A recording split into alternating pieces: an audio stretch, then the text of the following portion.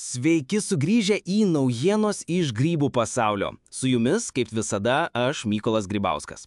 Šiandien mūsų dėmesio centre grybas, kuris atrodo lyg iš povandeninio pasaulio ar fantastinio filmo.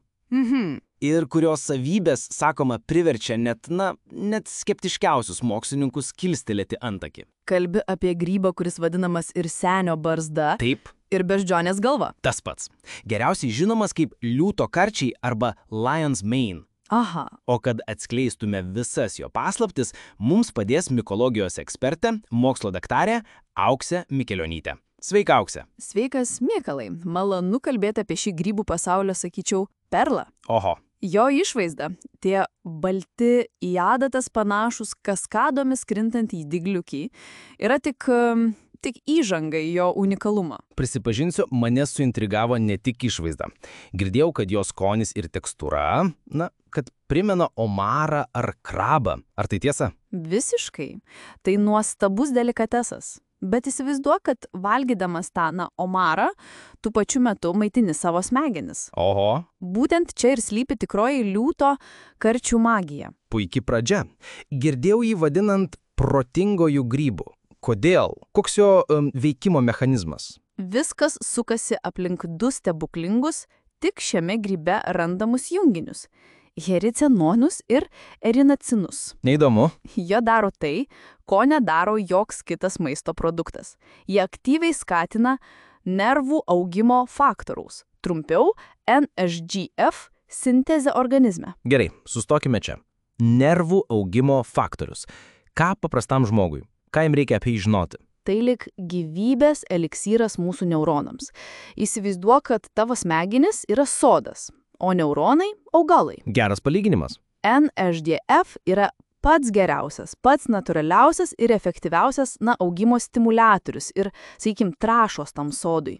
Jis ne tik padeda neuronams augti, bet ir apsaugo jau esančius, skatina juos jungtis tarpusavyje. Taip. O tai ir yra mokymosi, atminties ir neuroplastiškumo pagrindas. Vadinasi, kai su amžiumi natūraliai smegenų veikla, lėtėja, Būtent. liūto karčiai gali padėti palaikyti tą sodo gyvybingumą. Ar yra tvirtų įrodymų? Yra.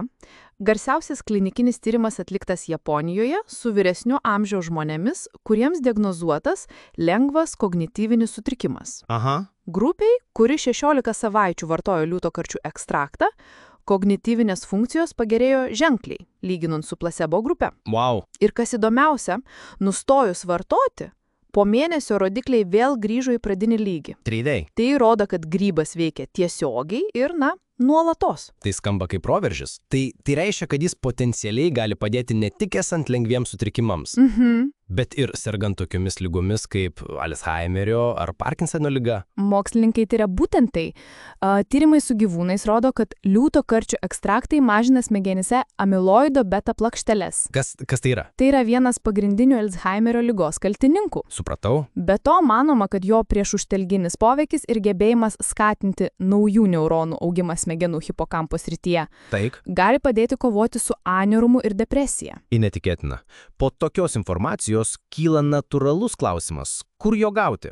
Prekybos centruose tikrai nemačiau, ar įmanoma jį užauginti namuose? Įmanoma. Ir tai yra pats geriausias būdas jį gauti. Realiai? Tai, nes šis grybas geriausias šviežas.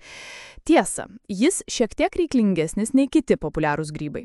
Jam reikia specifinio maisto, kietmedžio pivinų, dažnai maišytų su sojos luksais. O. Toks misinys vadinasi Master's Mix ir yra tikras super maistas liūto karčiams. O koks būtų patingiausias patarimas tam, kas ryšytųsi jį auginti? Kantrybė ir labai aukšta drėgmė.